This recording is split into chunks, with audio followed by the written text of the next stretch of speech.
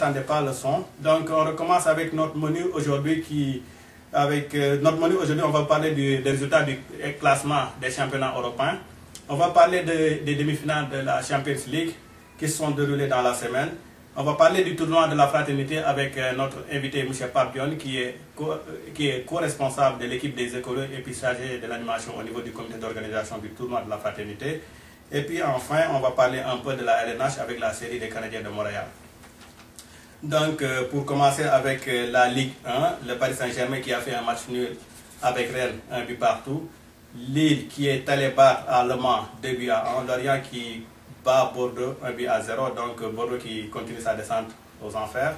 Nancy qui fait match nul 0 but partout contre Montpellier. Nice qui bat à domicile Grenoble 2 buts à 1. Sochaux qui perd à domicile devant Boulogne-sur-Mer 3 buts à 0. Et puis les autres matchs sont en cours, notamment Lens-Valenciennes, Toulouse-Auxerre, Marseille-Saint-Etienne qui n'a pas encore commencé. Le match Lyon-Monaco va se jouer au courant du mois de mai. Donc au classement, Marseille est toujours premier en tête avec 68 points, suivi de Auxerre avec 63 points. Je vous rappelle que Marseille n'a pas encore joué cette journée, de même qu'Auxerre. Donc en troisième lieu, toutes les équipes ont déjà joué comme Lille qui a 61 points en troisième position. Montpellier avec 60 points en quatrième position. Et puis Lyon en cinquième position avec 59 points. Au bas du tableau, on retrouve Le Mans avec 28 points, Boulogne-sur-Mer 27 points et puis Grenoble 16 points. Au classement des buteurs, nous avons Modian toujours en tête avec 15 buts, en égalité avec Kevin Gamero de Lorient avec 15 buts. Néné de Monaco avec 14 buts. Lisandro Lopez de Lyon avec 13 buts en égalité avec Asmao Gyan de Rennes 13 buts et puis Melwood de Paris Saint-Germain 13 buts également. Donc on va continuer avec les résultats du championnat espagnol avec les résultats de Valence qui bat Corogne 1 but à 0, Saragosse qui perd devant le Real Madrid, donc Real qui est allé battre à Saragosse 2 buts à 1, donc un bon résultat pour Real. Et puis Barça également qui a battu à domicile Jerez 1 but à 0. Je vous rappelle que Barça a eu un match nul et puis une défaite durant le Champions League. C'était une semaine noire pour Barça, donc qui revient de refaire une victoire, donc c'est une bonne chose. Au classement, il y a toujours Barça qui est en tête et qui devance 1 point le Real, 87 points pour Barça, 86 points pour Real. Valence qui a 62 points en troisième position. Mallorca 55 points en quatrième position et puis FC Séville 54 points en cinquième position.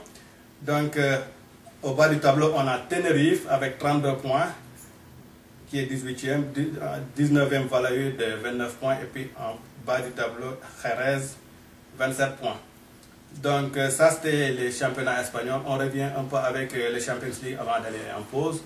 Donc en Champions League, Bayern a battu Lyon par le score de 1 but à 0. Donc c'est un score très serré. Et puis Lyon qui le reçoit à domicile cette semaine. Donc les Lyonnais qui peuvent s'en sortir encore. Le Bayern aussi qui a l'avantage de but qui peut éventuellement négocier le match avec un match nul qui peut s'en sortir. Et puis Inter de Milan contre Barça. Inter qui a fait un très bon résultat en battant le Barcelone par 3 buts à 1. Je vous rappelle que Barça a eu une semaine très mauvaise la semaine dernière. Donc en championnat espagnol, il s'est fait un peu rattraper par Real, donc qui a réduit l'écart à 1 but partout suite au match nul du Barça contre l'Espagnol 0 but partout. Donc Barça qui a subi encore une défaite contre l'Inter de Milan 3 buts à 1. Donc on espère que Barça a retrouvé la forme avec cette semaine au championnat d'Espagnol où il a eu une victoire de 3 buts à 1. Donc on attend un match très serré, Barça contre Inter de Milan en demi-finale des Champions League cette semaine au terrain de Barcelone. Donc on va faire une petite pause et puis on va revenir sur le championnat Angleterre et puis sur le championnat de l'Allemagne. Donc on continue avec les résultats avec la Liga des championnats espagnols. Donc je vous donne le classement des buteurs. Avec Lionel Messi qui est en tête avec 27 buts, suivi de Huguén de Real Madrid avec 25 buts, David Villa avec 21, Cristiano Ronaldo 20 buts et puis Diego Forlán avec 18 buts. Donc ça finit avec les championnats espagnols. Je vous rappelle que j'ai un invité spécial aujourd'hui. Monsieur Pape John des Écolos.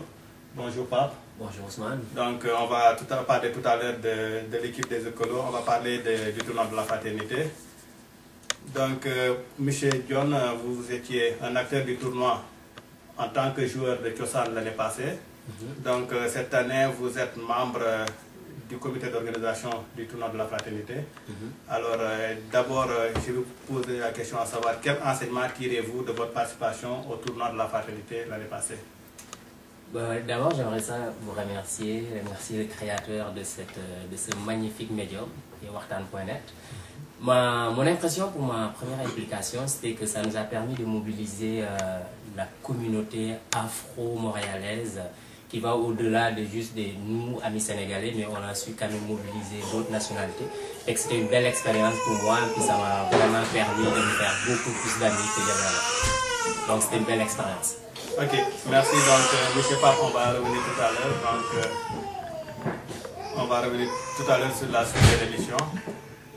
Donc, monsieur Pape John, je vous rappelle, est le responsable de l'animation dans le comité d'organisation du tournoi de la fraternité. Il est aussi responsable des écolos. Donc, on peut continuer un peu avec lui sur le tournoi de la fraternité pour parler un peu des activités du tournoi en ce moment.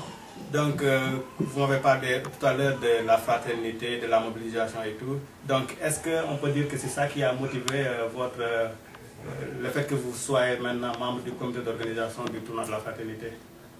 Oui, écoutez, comme je vous ai dit, c'est une expérience que j'aimerais ça pérenniser dans le temps. Puis ça nous a permis aussi, en parlant de l'équipe des écolos, mon implication, je pense, ça m'a permis de voir qu'il y a beaucoup d'autres personnes qui ont voulu participer à ce tournoi. Et en créant cette nouvelle équipe, ce nouveau bébé qui vient rejoindre la grande famille, ça fait juste donner une chance à d'autres personnes